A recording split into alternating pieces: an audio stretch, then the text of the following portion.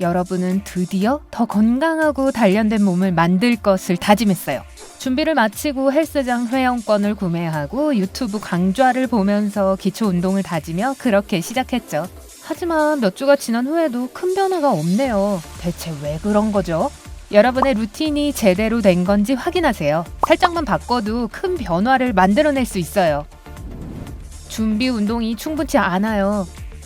준비 운동은 중요합니다. 스트레칭과 가벼운 유산소 운동은 그냥 재미로 하는 게 아니에요. 근육과 힘줄을 풀어 운동 준비를 하게 해주고 이들을 유연하게 해서 미세 손상을 방지할 수 있게 해주죠. 게다가 심박수도 살짝 올리고 혈액순환을 도와서 운동 성과도 더 향상될 수 있어요. 준비 운동을 잘하지 않으면 다음날 아침 몸이 아파서 운동을 하지 못할 수도 있어요. 하지만 올바르게 한다고 해도 아마 충분한 시간을 들여서 하지 않고 있을 가능성이 커요. 양팔을 흔들며 1분 동안 빠르게 걷는다고 해서 곧 하게 될 1시간 운동에 대한 준비가 되진 않아요. 양팔과 다리를 모든 방향으로 스트레칭하고 걷거나 뛰세요. 그리고 맞아요. 팔다리를 흔드세요.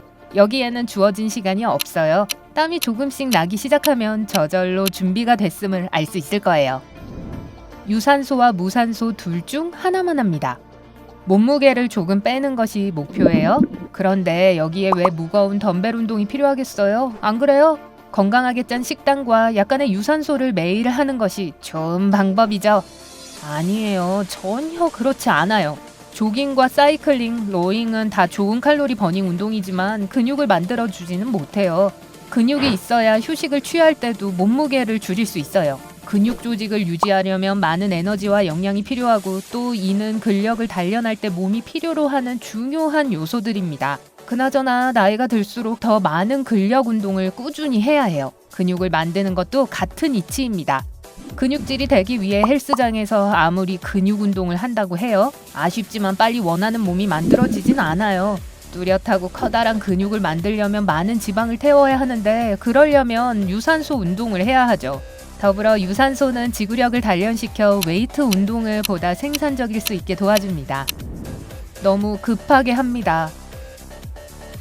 저도 알아요. 최대한 빨리 몸짱이 되고 싶죠. 하지만 운동 초기부터 본인보다 무거운 무게를 들거나 트레드밀로 진을 빼는 건 도움이 되지는 않아요. 그와는 반대로 아직 몸이 격렬한 운동에 익숙하지 않기 때문에 다음날 몸만 아프고 피로하게 되죠.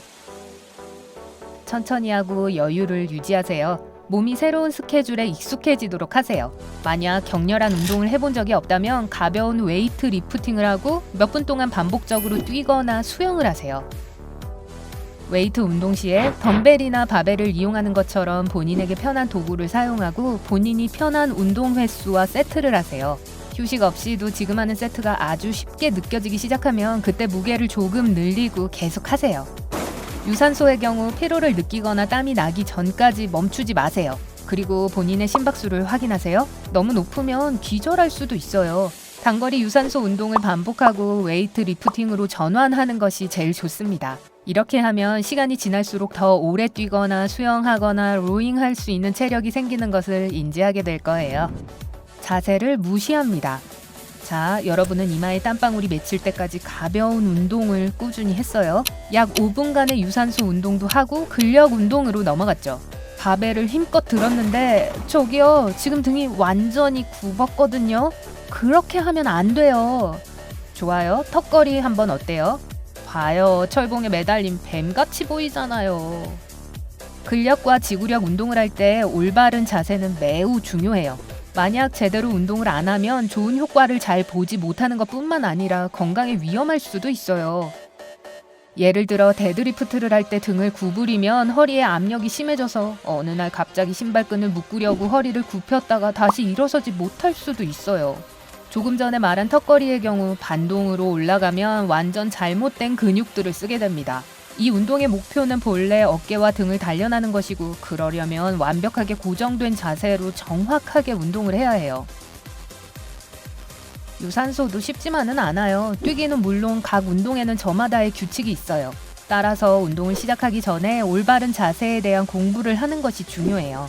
예를 들어 조깅을 할 땐 아스팔트같이 너무 딱딱한 표면은 피해야 하고 좋은 러닝화를 신어야 해요. 그렇지 않으면 계속해서 받는 충격에 의해 허리와 무릎에 무리를 많이 줄 수 있어요. 물을 마시지 않아요. 영상을 끄기 전에 전 이미 아는 당연한 말만 하는 게 아니란 걸 알아주세요. 물론 여러분도 수분 공급이 중요하다는 걸 알겠지만 여기서 핵심은 물입니다. 헬스장 초보들은 스포츠 음료를 마시면 더 효과적이라고 생각하지만 그건 사실이 아니에요. 이 음료엔 설탕과 첨가물이 많은데 이는 프로 선수들이 격렬한 훈련을 마치고 난 뒤 보다 빠른 회복을 돕기 위한 것이기 때문이에요. 여러분은 최소한 아직까지는 프로 선수가 아니므로 이런 음료는 오히려 효과를 떨어뜨리게 됩니다. 과일 주스, 스무디, 그리고 프로틴 음료는 인체에 무해한 선택같이 느껴질지라도 여기엔 또한 설탕과 첨가물이 많이 함유되어 있어요. 게다가 여러분의 몸은 이걸 음식으로 여깁니다. 그래서 오렌지 주스 한 잔을 마셔도 사실 여러분은 이걸 먹게 되는 거예요.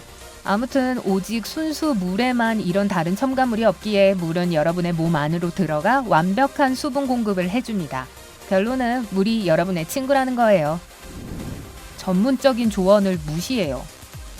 인터넷에서 찾은 정보 말고 직접 듣는 조언이요. 만약 진지하게 운동하기 시작했다면 인터넷에 있는 각기 다른 팁을 보고 혼란스러울 수도 있어요. 게다가 제일 신용할 수 있는 정보를 얻었다고 해도 여러분의 상황과는 맞지 않을 수도 있어요. PT를 받으려면 돈을 더 써야 하지만 이렇게 하면 다른 그 어떤 운동보다 가장 적합한 여러분만을 위해 준비된 올바른 루틴으로 운동할 수 있어요. 오늘 새로운 것을 배웠다면 이 영상에 좋아요를 주고 친구와 공유하세요. 여기 여러분이 좋아할 만한 다른 멋진 비디오들이 있습니다. 왼쪽 또는 오른쪽을 선택하고 삶의 밝은 면에 머무르세요.